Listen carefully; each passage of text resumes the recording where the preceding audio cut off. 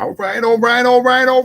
Okay, this is not ESPN's 30 for 30. However, it is my 98 for 98, the 98 seasons in the history of the New York Football Giants. I'm going to try to get it done in 98 days. Probably not going to happen. However, I'm going to get it done before September 10th, which is the beginning of the new season. And we're well on our way. We're almost into the 80s. Woo! We're almost into the land of the playoffs and the winning football seasons and the Super Bowls and the glory. Not quite there yet. We're still stuck in the 70s.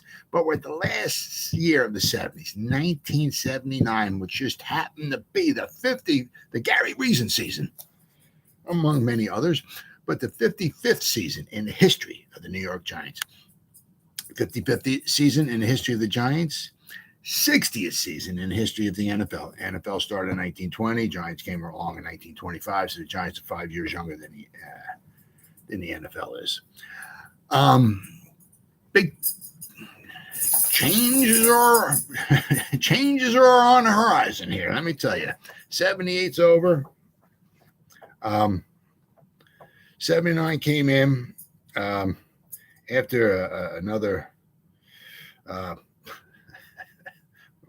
Poor showing in 78, shall we say, and especially with the miracle of Meadowlands, changes were made. John McVay was out as coach. Andy Robustelli, the director of personnel, he was the quote unquote the first GM of the Giants, shall we say. Director of operations, I believe was his title. So he was like the quote unquote first GM, although he wasn't given the title. The guy that took his place was given the title of GM, and he was the first title GM of the New York Giants. It would be George Young. So Andy Robustelli stepped down kind of like after the day. I think after the day of the season was over. John McVay and like a lot of the coaching staff was gone. A couple of the other people were still around. Let's see here. All right, where are we at here? I know I got some here. Now,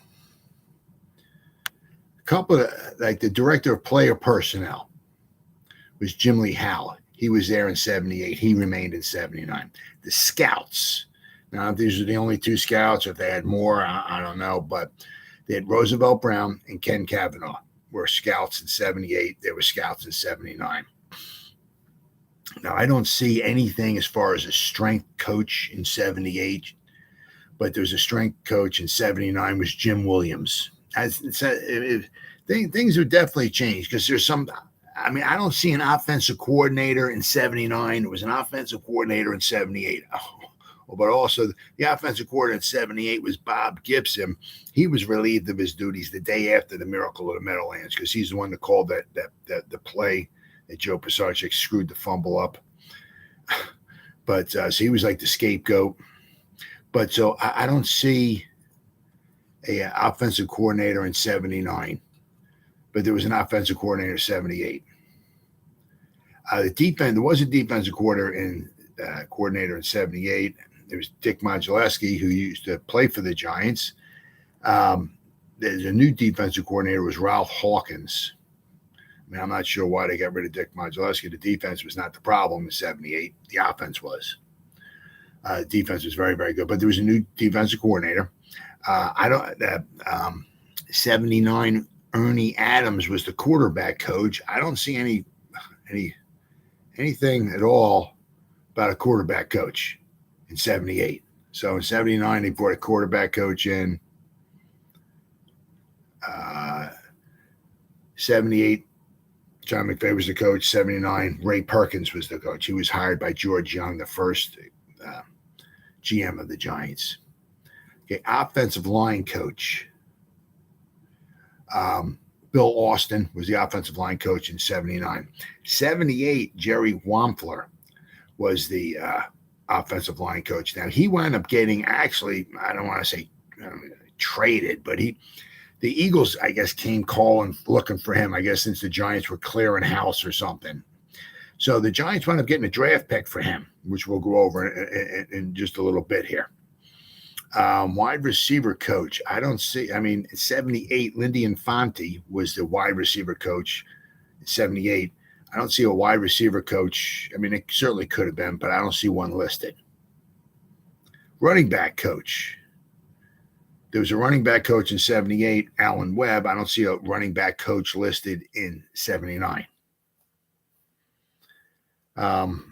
Same thing here with linebacker coach. I mean, in 1979, I don't see a 78. It was Joe Golladay. I believe that's how you pronounce it. Joe Golladay was the linebacker coach in 78. He took over for Marty Schottenheim, who was there, I think, from 75 to 77. But I don't see a linebacker coach in 79. Special teams coach, interesting. Jay Fry and Alan Webb were the special teams coach, 78. 79, some guy you might have heard of before, the special teams coach, guy by the name of Bill Belichick. Oh, yeah. He's been around since 450 years ago. He's been around. Let's see. Defense, there was no defensive back coach in 78 that I could see. There was a defensive back coach, Donald Deke Pollard, in 79. I mean, so it was just like defensive line coach. There's no defensive line. Jim Stanley was the defensive line coach in 79. I don't see a defensive line coach in 78. Offensive backfield coach. So maybe, I guess there was maybe it says offensive backfield coach. So I guess maybe in 78, it was Alan Webb was the running back coach. So I don't know. The title changed, I don't know, to offensive backfield coach. So Bob Lord was the offensive backfield coach in 79. So, I mean, some of the titles changed. Some of them were there. Some of them weren't. I mean, as I said, I don't see an offensive coordinator listed in 79. There was one in 78. So things definitely changed. But Bill Belichick was on the scene for the New York Football Giants. All right.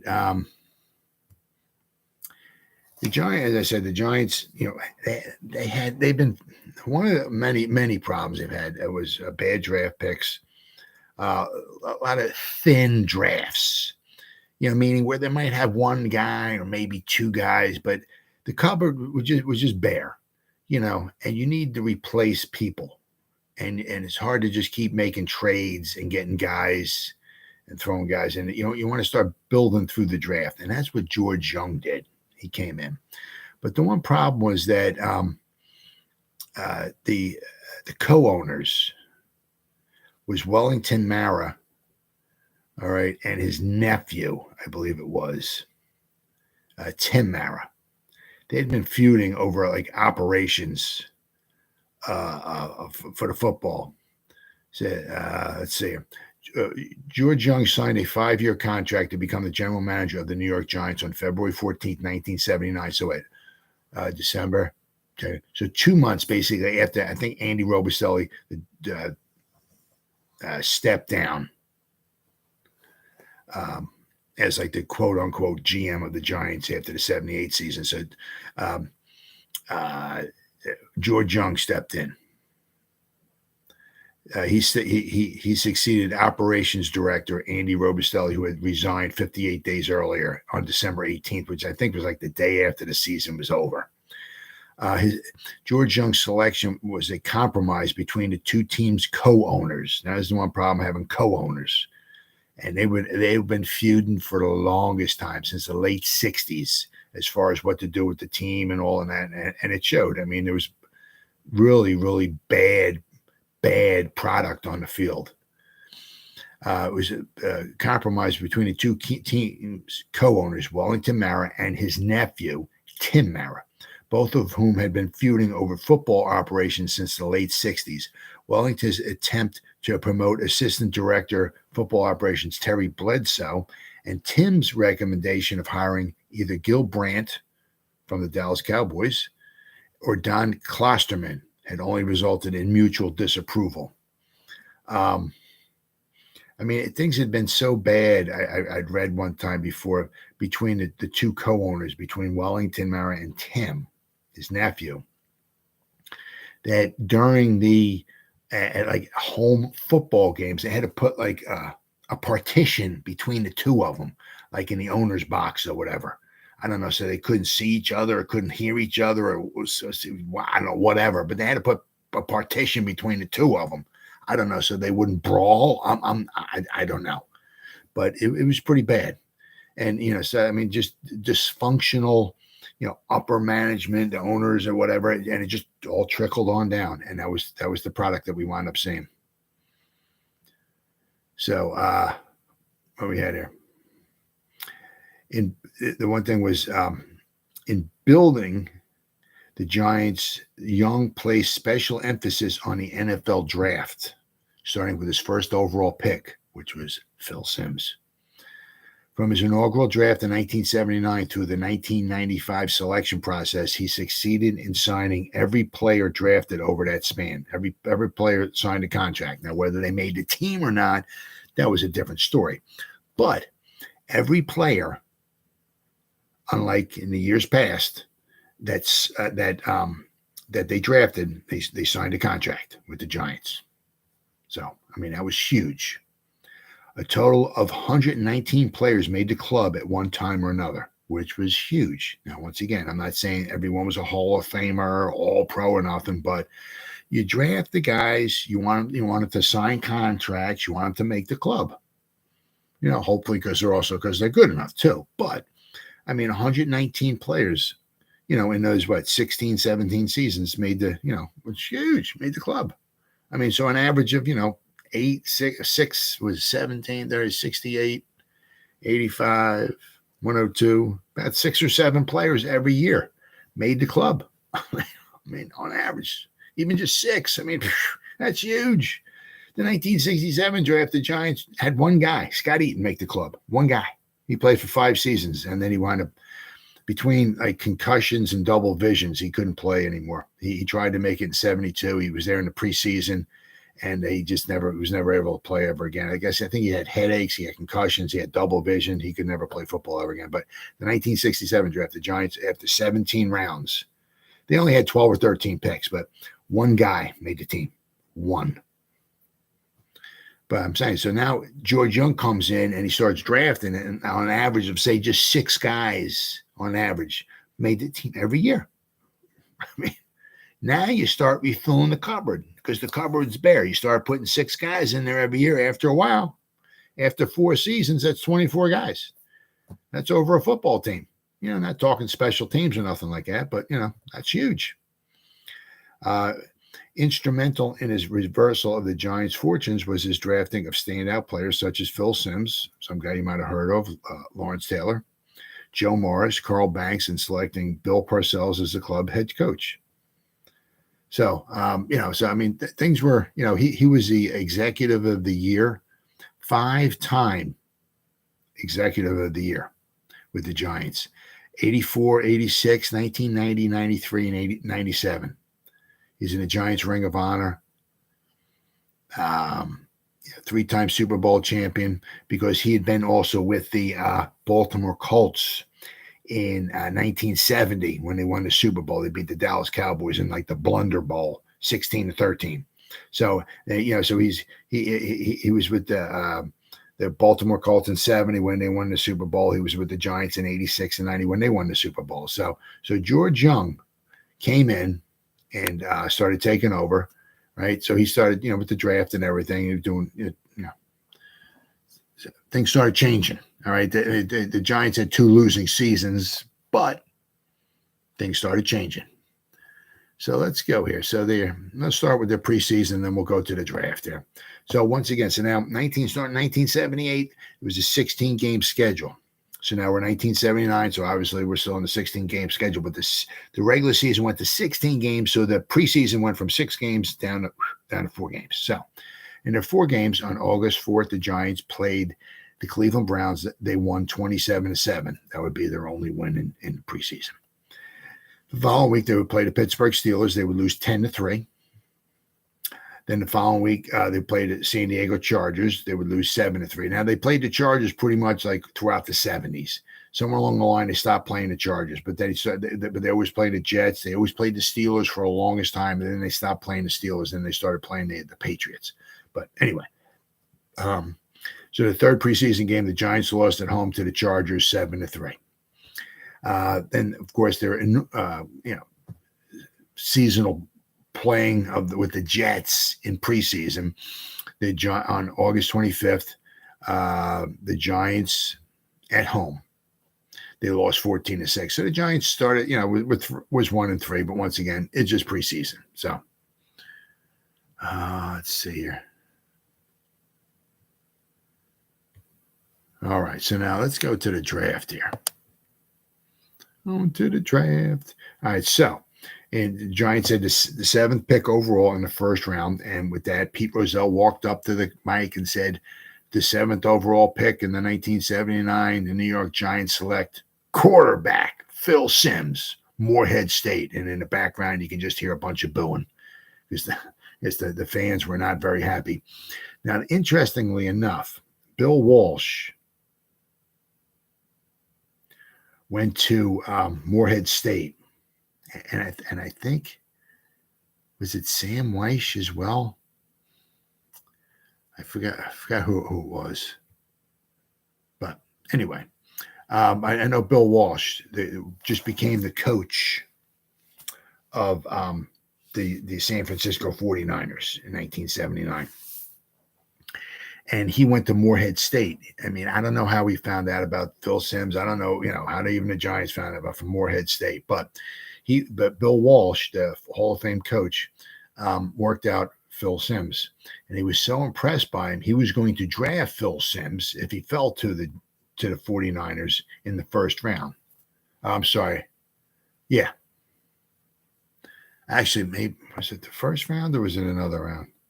Because maybe they're going to draft, or maybe, I don't know if they want to trade up or something. They didn't have a first round. Oh, maybe it was the first pick in the second round. Maybe that's who it was. Because the 49ers had the first overall draft. Well, unfortunately they wound up trading their first overall pick to the Bills for O.J. Simpson. So with the first overall pick in the draft, all right, things might have changed. If the 49ers never traded for O.J. Simpson, the 49ers would have had the number one overall pick. They might have picked Phil Simms because Bill Walsh said if Phil Simms fell to them, they were going to select him. But the Giants scoffed him up beforehand. So the 49ers, with their first overall pick, traded the Bills traded O.J. Simpson to the 49ers for quite a few picks. Wow. For 5 picks. And O.J. Simpson was at the end of his career. The Bills got from the 49ers 5 picks for O.J. Simpson. They got the 1978 second round pick, 1978 third round pick, 1979 the number one overall pick, the 1979 fourth round pick, and a 1980 second round pick. So they got a first for O.J. Simpson, who was at the end of his career, a first, 2 seconds, a third, and a fourth. Wow. What a haul they got for O.J. Simpson. So the 49ers got themselves an aging O.J. Simpson. Wow, what a bad trade that was. Wow. But if they never made that trade, they might have taken Phil Simms.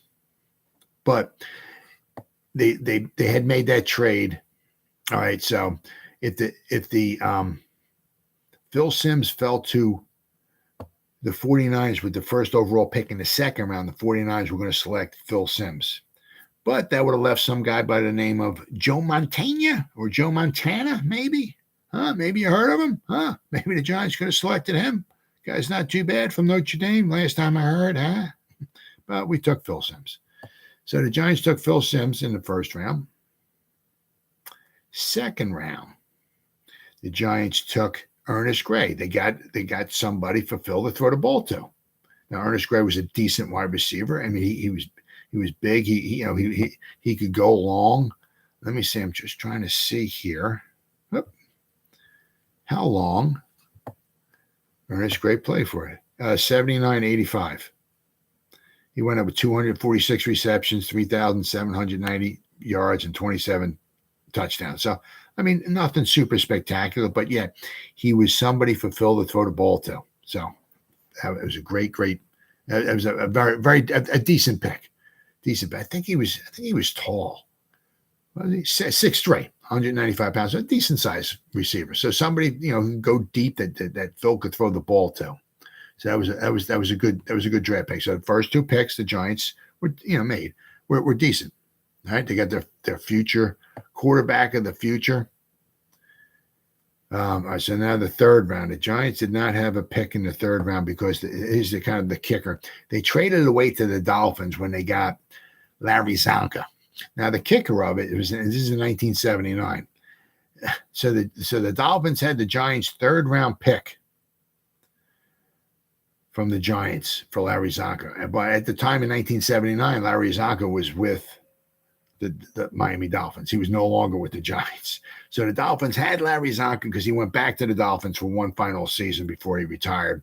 And then the Dolphins had Larry Zonka, but they also had a pick from the Giants for Larry Zonka when Larry Zonka went to the Giants back in '76. So the Giants didn't have their own third round pick. Let's see here. I know there was a trade in here somewhere, so I don't want to miss it. The fourth round, the Giants took Phil Tabor, which he was wound up being a very, very, but I believe he got injured. He only played 4 seasons for the Giants, but he was I believe injuries did him in, but he was a very good player as well. In the fourth round, defensive end, very, very good pick for the New York Football Giants. Now after that, a bunch of their picks were just kind of not very good at all. Yeah, but I mean, so they at least had a few picks. Let's see here. All right, so that's the fourth round here. I know they had a trade in there too. So let's see. So all right. So in the fifth round, the Giants took Cleveland Jackson. Cleveland Jackson was a tight end. He looks like he played one season. That was it. So the Giants had some. After that, they were getting into some, desolate picks here that really didn't produce anything. The Giants somewhere along the line were in trade with the Eagles, but not yet. All right, so round 6, the Giants selected Bob Torrey, who was a running back who looked like one season or so. I mean, didn't get much from that pick at all. All right, let's see. So that's round 6. Somewhere was it? Okay, here we go. Round 6. The Eagles traded their 6th round pick, which wound up being Eddie Hicks, in exchange for the rights to the Giants' assistant coach, Jerry Wampler. So the Giants traded their assistant coach away for a draft pick. How cool was that to the Eagles? But Eddie Hicks, I mean, he played like 2 seasons. He was a running back. So the Giants took 2 running backs in the 6th round. Neither one really panned out at all. All right, so then we got round 7. The Giants took Steve Alvers, which was a tight end. He only played like 1 or 2 seasons.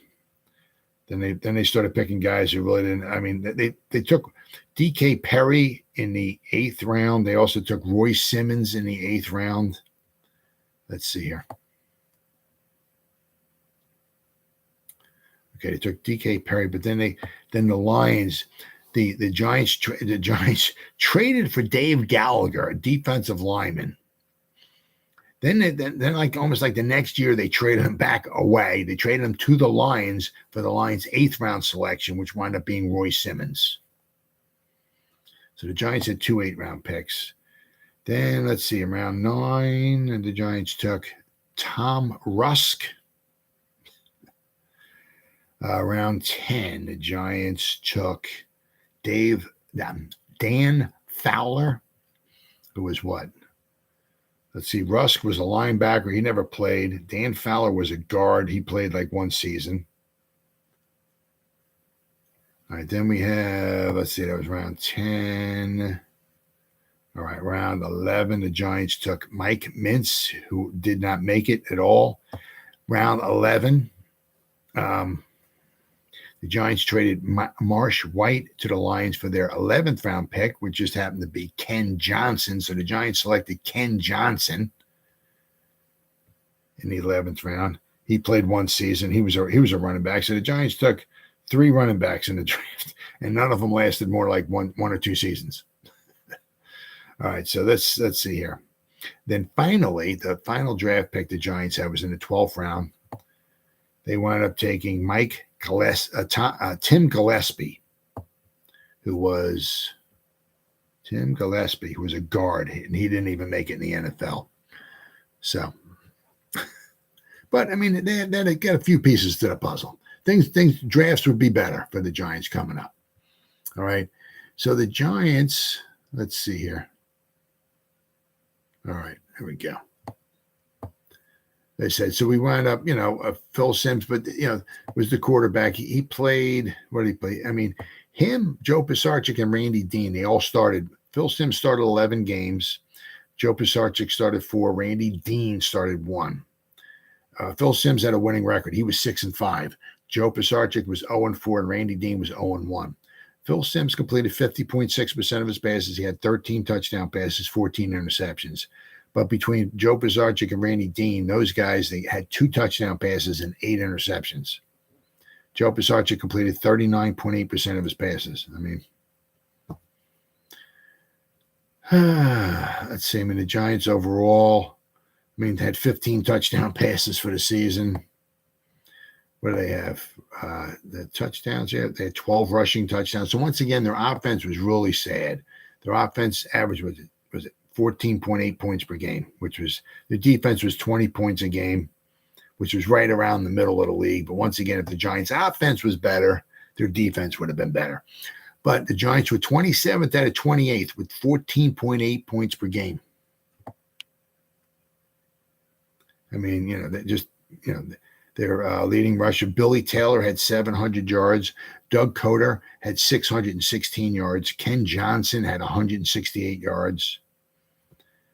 So I mean, nothing super spectacular. But I mean, between the problem was they only averaged 3.7 yards a carry, which was not very good. Their Billy Taylor averaged 3.5 yards a carry. Ken Johnson, their third leading rusher, averaged 2.7 yards a carry.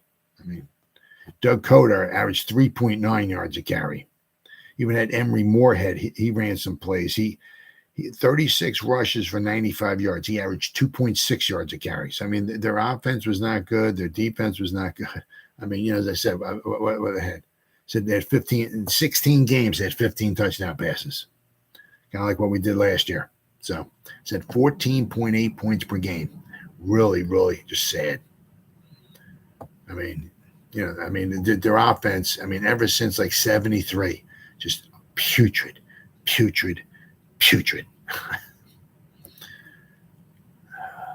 But then one of the biggest things was their defense usually kept them in the game. All right, so let's go to let's see here, the regular season here. All right, they started off, first game is they started off 0-5. Then they won their next 4 games. So they were 4-5. Then they went back and forth. They were 4-6, then they went 5-6, then they went 5-7, then they went 6-7. So after they were 0-5, then they won their next 4. They were always like within a game or so of 500 for the longest time. So, things okay, looking up right. Unfortunately, they lost their last 3 games of the season. But, they were 6-7 at one point. Right, so kind of promising, especially when the first year coach, first year under the new system and all that stuff and everything. You give everybody a little bit of leeway. Unfortunately, things would get even worse in 1980 before it got better. But so the first game of the season, the Giants played in Philadelphia. They lost 23-17. The next week, the Cardinals came to town. The Cardinals would win 27-14. So the Giants are 0-2. Now once again, the schedule makers put the New York Giants back on Monday night. It was kind of like they put them like every other year. The Giants played 1973 They played a Monday night. They played Monday night in 1975. They played a Monday night in 1977. They played a Monday night in 1979.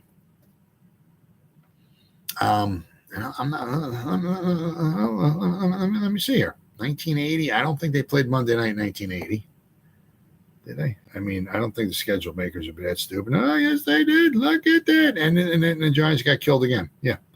Giants got killed like 4 out of 5 times on Monday night. We'll go over that. We'll go over that tomorrow then. I didn't think they played Monday night, but I mean, they're looking for good games, good competitive games, good teams and all that. I guess maybe with a new coach, maybe that's why they put the Giants back on the Monday night football schedule. Well, anyway, the Giants played Monday night the Giants played Monday night 70, 71, 72, 73, 75, 77, 79. So 73, they lost 40-6 to the Rams. So they didn't get put on the Monday night game in 1974. So then they got put back on the Monday night schedule on 1975. The Giants would win on the road in Buffalo 17-14 on Monday night. Very impressive. Then the Giants didn't go back on Monday night until 1977 once again, where they lost 28-0 to the St. Louis Cardinals. So after the Giants got shellacked on Monday night football in 1977, I guess the schedule makers like, the Giants suck. We're not putting them on the Monday night's football schedule. I mean, who wants to watch the Giants lose 28-0?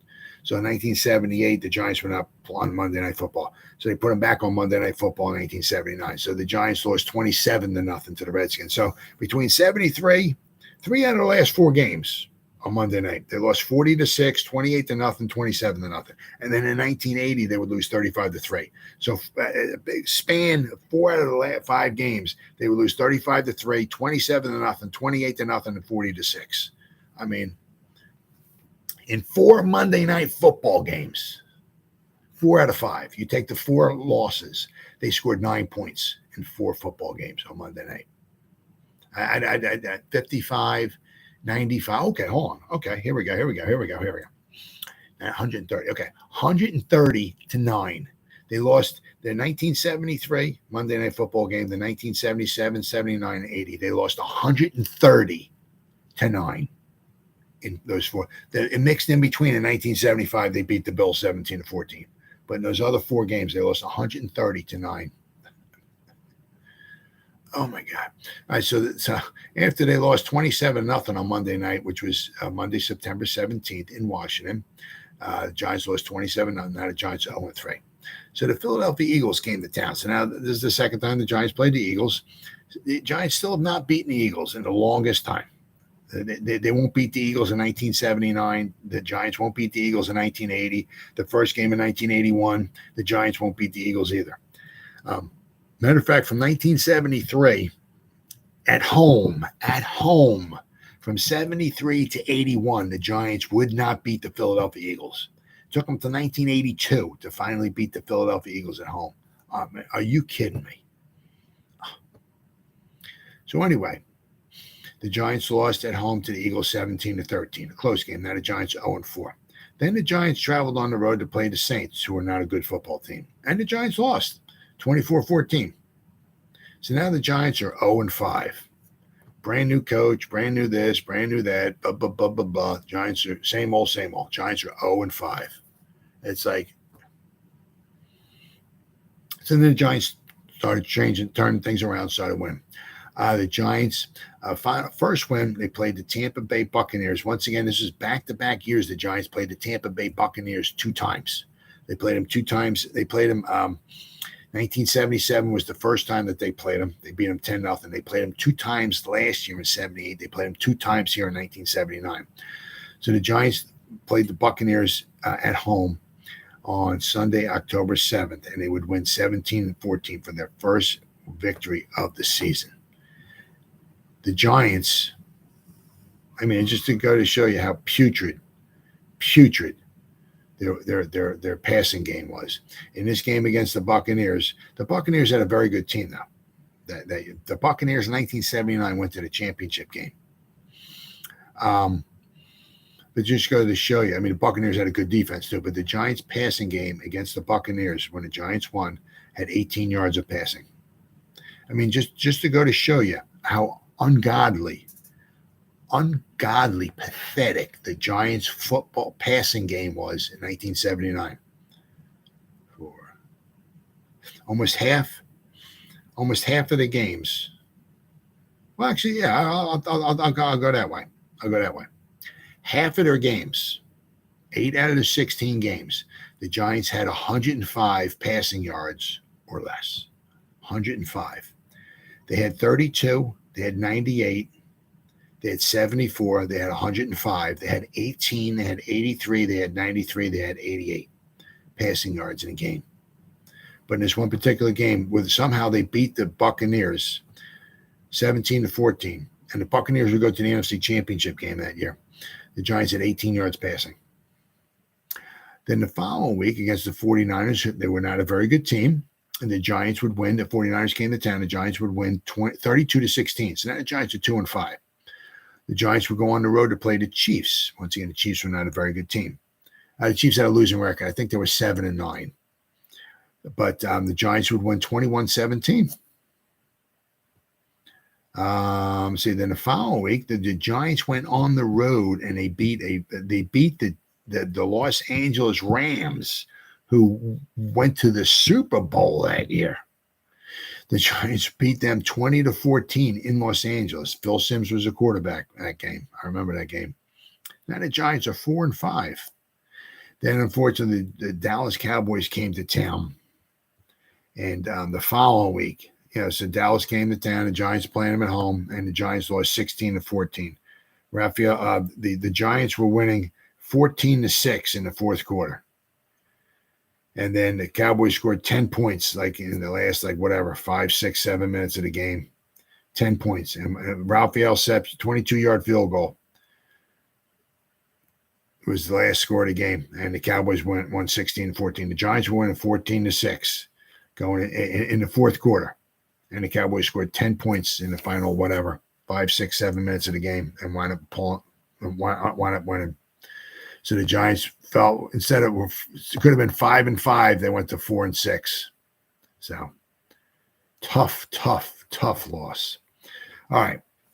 Then the Giants, the Atlanta Falcons came to town. The Giants would win. So now the Giants were back and forth. The Giants were 4-5. They lost. They're 4-6. Then the following week against the Atlanta Falcons, they win 24-3. So now the Giants are 5-6.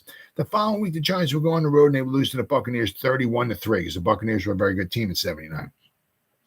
So now the Giants are 5-7. The following week, the Redskins came to town. The Giants would win 14-6. Now the Giants are 6-7. The bouncing back and forth, just within a game of 500, and they just couldn't quite get there.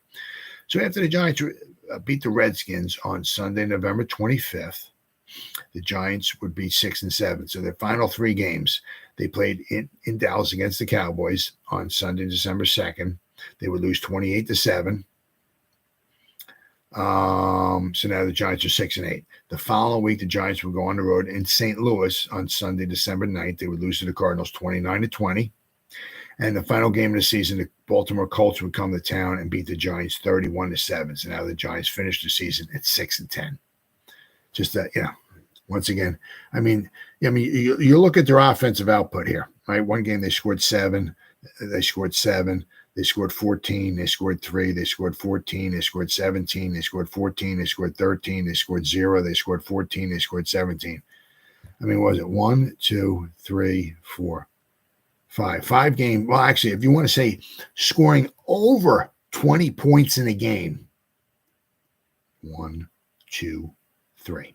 Giants 3 times all season long scored over 20 points in a game.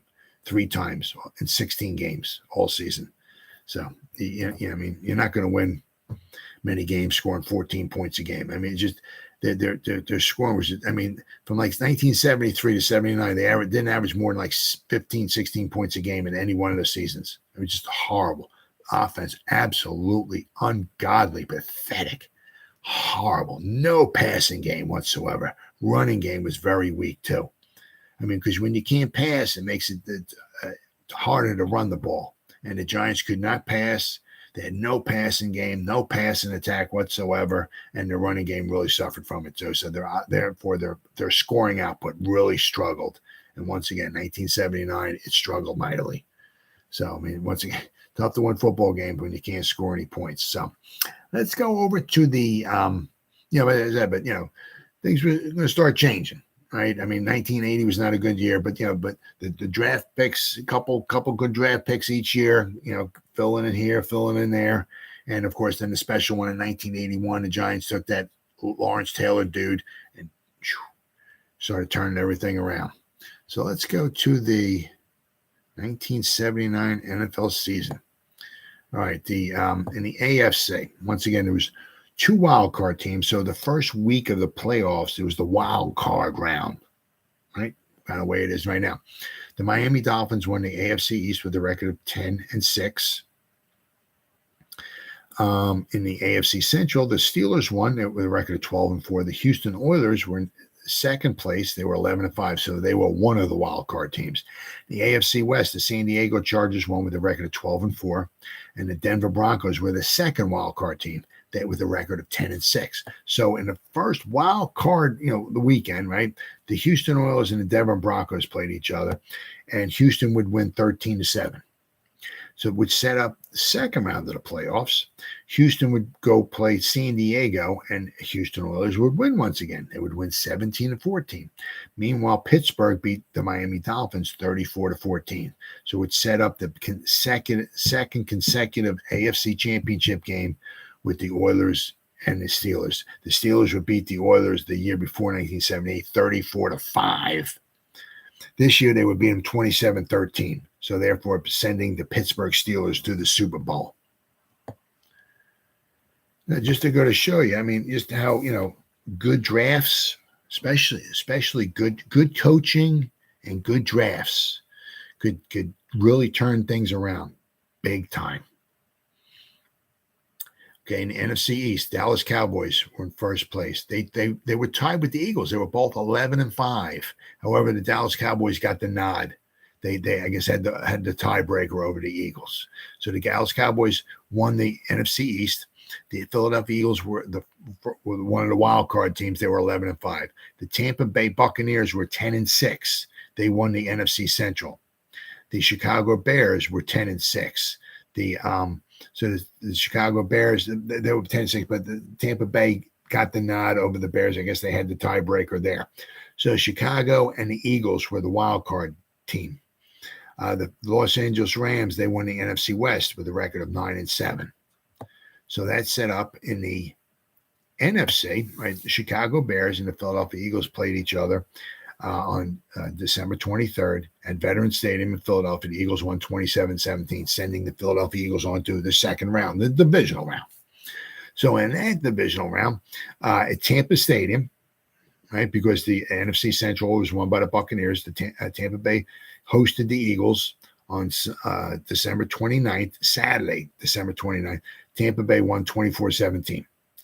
On the next day, the 30th, the Los Angeles Rams for the first time beat the Dallas, had the hardest time beating, they had a hard time beating the Vikings and the Cowboys in the playoffs. Finally, they beat the Dallas Cowboys in the playoffs. They beat them 21-19 at Texas Stadium. So sending the Los Angeles Rams and the Tampa Bay Buccaneers to the NFC Championship game.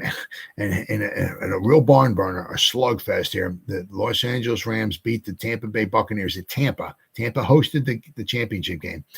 The Rams won 9-0. But so set up the Super Bowl, which was a pretty good Super Bowl. Set up the Super Bowl between the Steelers and the Rams. But just to go back, double back around here, just good coaching with John McVay, the coach of Tampa Bay, and the his drafting.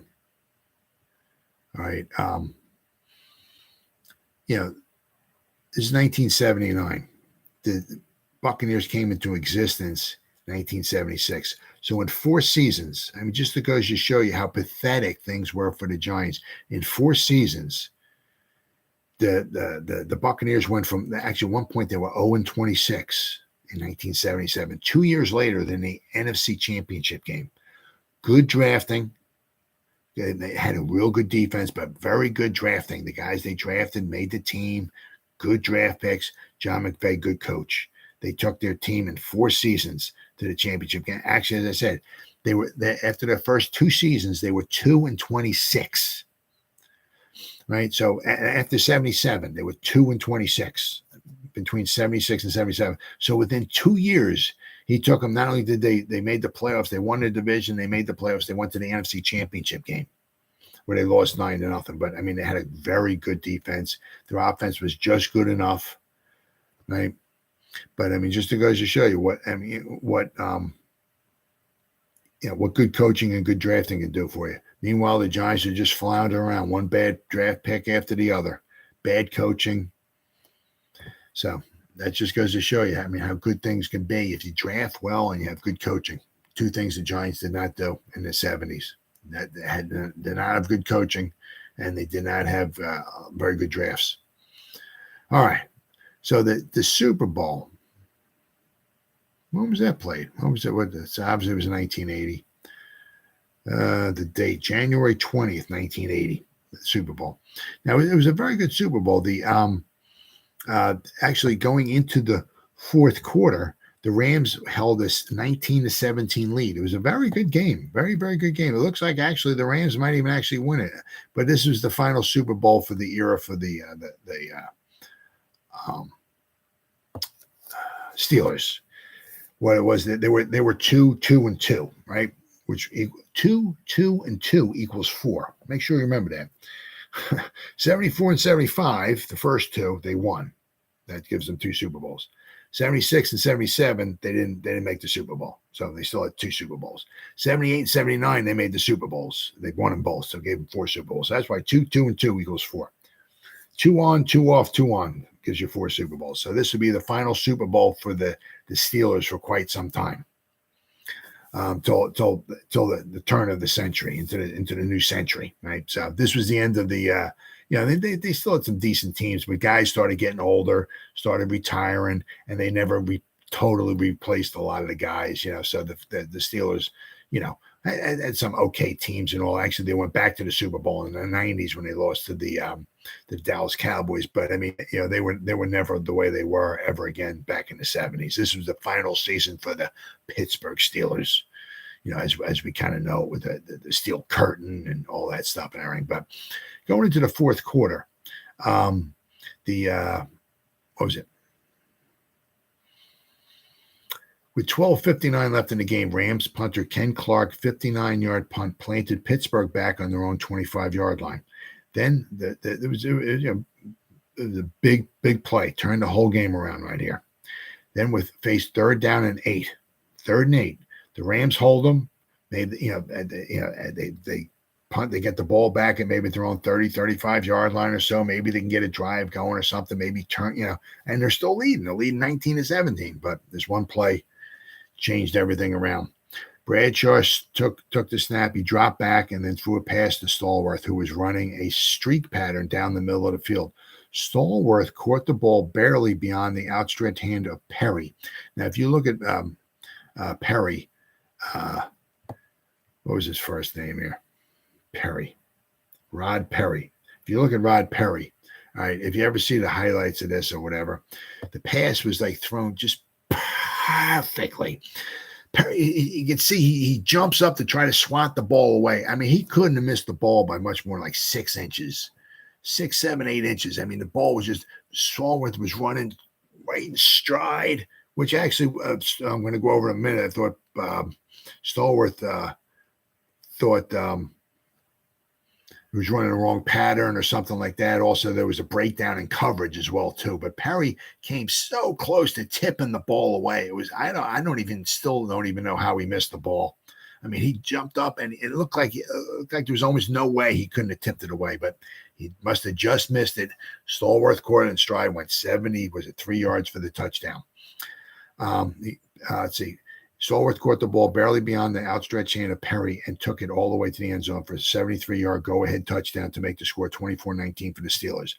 When being interviewed for the documentary series America's Game, Stallworth said that Bradshaw had overthrown him and he departed his planned route and simply ran towards the goal line. So I guess he was supposed to, I don't know, whatever, run one way and Bradshaw just fired it down the middle. Looked like overthrew him. So then Stallworth just like, oh, he's overthrowing me. I'm just taking off, and I'm going to run as straight toward the end zone as I can to hopefully catch the ball, and that's what wound up happening. Now, also the other thing was NFL Films highlighted film notes that safety Eddie Brown was supposed to help Perry in covering Stallworth, but for some reason Brown ignored the Steeler receiver. On the ensuing kickoff, the Rams tried to reverse, which resulted in poor field position. But Eddie Brown was supposed to give Perry some help over the top. He never did. Basically, well, I can't say it totally cost them the game, but yeah, it's resulted in a big 73-yard touchdown for the Steelers and put them up 24-19. And then the Steelers went up scoring again. When did they score? And it was later. The Steelers scored with 1:49 left to go. Franco Harris 1-yard touchdown run. Barr kicked the extra point, made it 31-19 with 1:49 to go. Game over. But the Rams had one final chance. They were down obviously 24-19 after this. Well, Vince Ferragamo started bringing them downfield in the fourth quarter. After an exchange of punts, the Rams were given one more chance for a spirited game-winning drive. Vince Ferragamo smartly moved the Rams down the field, completing 3 out of 4 passes around with runs by Tyler. He gave a 15-yard completion to Waddle on 3rd and 13, moved the Rams to the Steelers' 32-yard line. Now at least they're in field goal range. A field goal makes them, if they can kick it, maybe makes it 24-22. Game still on, right?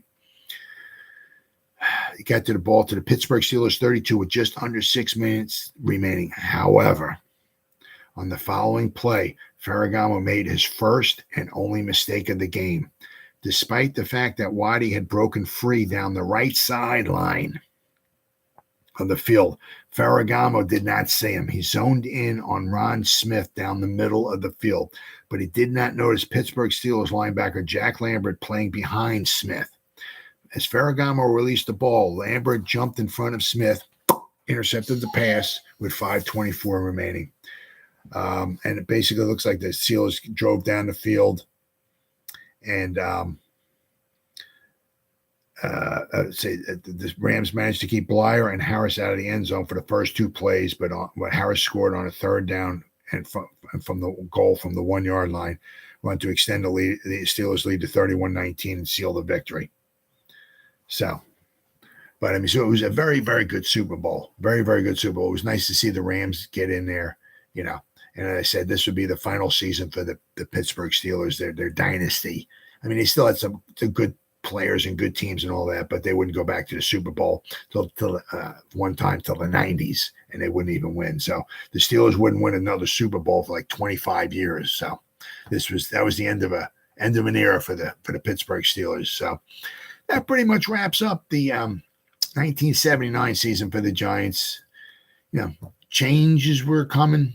Once again, another losing season, but how you're going to head into the 80s, right? New coach, right? New GM, get some good draft picks going on here. 1980 would not be a banner season for the Giants, but however, 1981 would be. So that wraps up the 1979 season. Giants finished up 6-10. However, I'll be back again tomorrow with the 1980 season, which is the Lawrence Taylor season, which happened to be the 56th season in the history of the New York Giants. See you then.